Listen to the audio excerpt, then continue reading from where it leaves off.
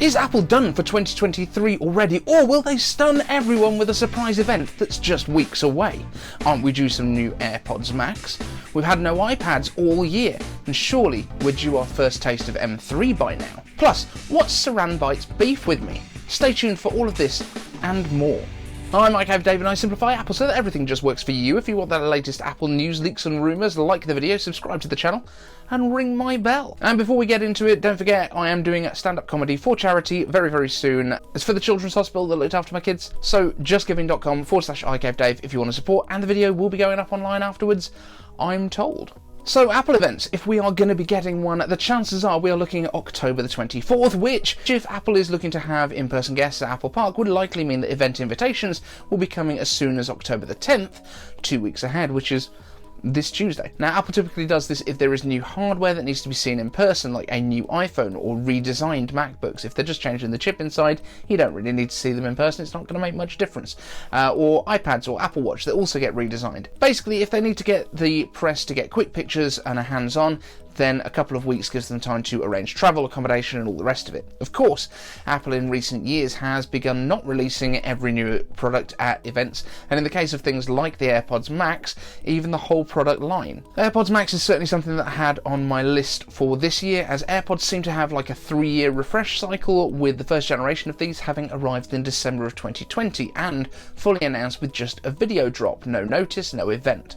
So bear in mind we could see product updates in a similar vein to that, with test hardware just being sent out to the reviewers ahead of sales beginning, but not at a physical event. So full event or not, what are we expecting potentially to get updated this side of Christmas? If we start with the Mac, which is my favourite, typically the new chips have launched in a MacBook Air, but given the recent release of the 15-inch model, Apple might well skip the Air at this point and could go with a couple of other devices, the 13-inch MacBook Pro that nobody wants, and the iMac, which is still languishing with an M1 chip inside it to this day. Now, I'm going to keep saying it, Apple should take the touch bar out of the 13-inch MacBook Pro, give it a little price drop and just call it the MacBook. Probably give it MagSafe 2 and maybe even a better FaceTime camera, and then it's a system that makes a little bit of sense again. Put that at the bottom of the range, so make it a little bit cheaper than the MacBook Air, and that's a great place to start. Right now all it is a fat MacBook Air with an old design and a fan, and I really don't understand why it's still a thing. Please give it a reason to stick around or kill it. The iMac also makes sense because it gives Apple a way to make the M3 look faster by comparing it to the last generation iMac, which skips the M2, so the performance numbers will look a little bit better. In general, the iMac 24-inch was well received when it launched, but there were certainly some who missed the dark display surrounds of the previous versions. Now give it a dark mode makeover, even if it's like 3 light colours and 3 dark colours, and M3, and I think that is going to be the buzz product again. Plus, all of the Magic Mouse, Magic Keyboard, trackpad accessories can get updated from Lightning to USB-C, or may I even dare suggest MagSafe, because they need to be updated anyway for the new EU regulations, so they might as well do it soon. Now, would you go for a dark mode iMac? I would point out though, I still don't buy the rumours we've heard about the iMac Pro or getting bigger iMacs coming back, as much as I think that the iMac could probably handle cooling an M3 Pro chip inside. I don't think a Max chip would be on the cards, and it seems like Apple is happier doing the Mac Mini or Studio combo with a display, which makes far more sense than bigger Pro iMacs, because those Pro customers want to keep the best performance, but the display tech doesn't really update that often, so it makes more sense to be able to replace the brain and keep the display. Do you see where I'm coming from here? Now, what else could we see this side of the holidays? iPads could also be on the way, although not the Pros most likely. We could well see an M2 version of the iPad Air, the iPad Mini could get a bump from A15 to A16 or even A17, and if it's the latter, that basically makes it a more efficient M1 chip in terms of performance, and it would give it ray tracing potentially, which means it would be quite a good little gaming system, I would say. Pretty good handheld for gaming. The base 10th generation iPad is still listed as new on Apple's website, but rather than being replaced, that could just see a price drop to maybe $379 or $399, and that would allow the aging and lightning charging 9th gen iPad, which is still available, to be discontinued. The Apple Pencil 1st generation could also get an update, as it is also lightning powered, and some code has been spotted for a USB-C based Apple Pencil too. So what do you think? Are these likely to come? Do you think we're going to get the AirPods? The AirPods Max would be really good. I think we'll get 3rd generation AirPod. We'll get a refresh to the 4th generation next year. Bit more to come on that later. And into some of your questions. Team Kinetics asks, iCave answers, iPhone currently has a square camera bump. There's a big need for digital zoom from 2x to 5x.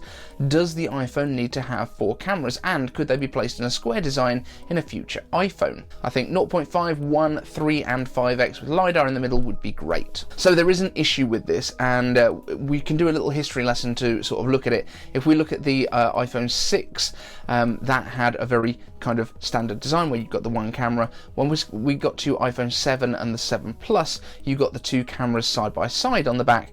But when we moved on to the iPhone 10, you may notice that the cameras switched to a vertical orientation. And the reason for that is the notch. Because you've got all the Face ID stuff that's going on at the top of the phone on the other side, that's quite deep and you can't put stuff behind there. So the reason that we currently have the 2 cameras vertically on the left hand side and then 1 drop down a little bit on the right hand side of that camera bump is because otherwise it would impinge on where our dynamic island / notch stuff is, and that's why you're never going to see an iPhone with the 4 cameras in the layout that has come from so many rumours that were never based on anything real other than the idea that more cameras better. So I don't think we're going to see that. I think what potentially could happen, and I think this would be a much more practical way of doing it, is to stay with the 3 camera setup, but with that tetraprism periscope setup that they've got, perhaps have it mechanized so that it can move backwards and forwards and actually give you real physical optical zoom. That would make such a big difference in terms of actual clarity and the images, as well as like eliminating that digital zoom basically within its own range. That would be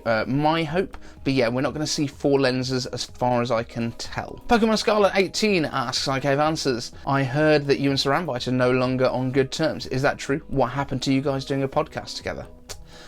Well, I reached out to Saran to find out what is going on. So it seems some of you guys have been wondering, have me and Dave got beef? And yes, we do. We have major beef because, guys, how can one not get jelly about the luscious beard this man has? How can I record a podcast when I have to see the amazing beards and the fact I can't grow an amazing beard like his? And so yes, I have beef. How dare he has such an amazing beard? I gave Dave him his beard. Pokemon Scarlet 18 asks, iCave answers, why doesn't Apple turn the Apple TV into a TV console too? Since it's plugged in and costs just as much as the Nintendo Switch, I think it makes sense. It basically already is. The Apple TV has already got access to Apple Arcade, it's got all of those games, but now that we've got the A17 chip in existence in the iPhones, I think we could see next year that A17 coming to the Apple TV. That would make a huge amount of sense because that is the chip that they are using to run full-on console ports on the iPhone for the first time, with that ray tracing, with all of that good stuff. Apple is seemingly very happy with people using PlayStation and Xbox controllers with their Apple TV or with their iPhone or with their Mac or with anything else that they want to use. I would love to see what Apple would do if they did a first party controller, and I don't see that would come included with an Apple TV because I don't think most people would use it that way, but that would be pretty cool. Pokemon Scarlet 18 asks, iCave answers, when is the next AirPods Pro update due, and will Apple release AirPods 4? What features could they possibly add, and any chance we will get longer battery life on each bud? So in terms of the next generation of AirPods Pro, at least a couple of years, because we've just had another kind of mini update where they've got USB-C on the case, and actually they have updated the buds themselves because the buds will now support lossless audio with vision, and I have a feeling that might be through something to do with that U2 ultra-wide chip that they're putting into stuff now. I think when that's close enough by, I think that can send enough data.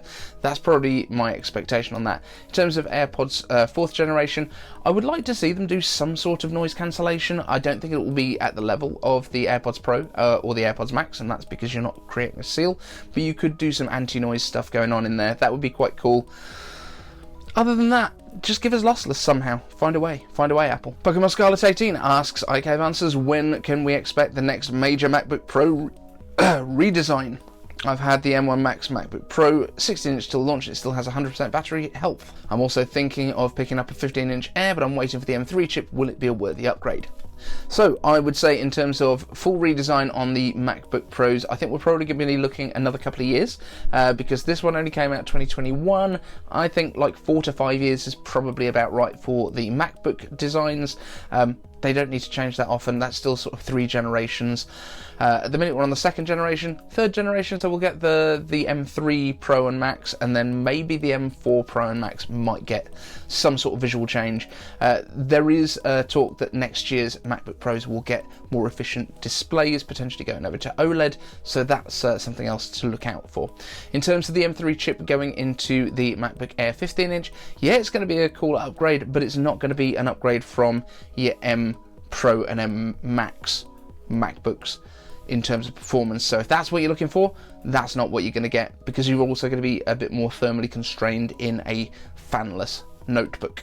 And from Pokemon Scarlet 18, I gave answers. When will you be upgrading your phone next? And are you planning on buying the AirPods Pro 2nd gen?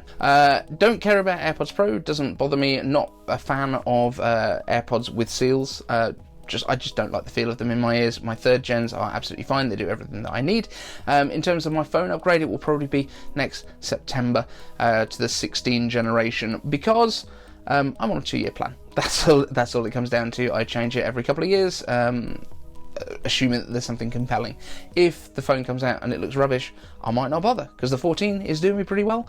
That's what we're recording this on again. And that's it for this episode. Thank you very much for watching, guys. Don't forget, justgiving.com/IGaveDave if you want to give some money for me, to a children's hospital on my behalf for the comedy that I'm doing.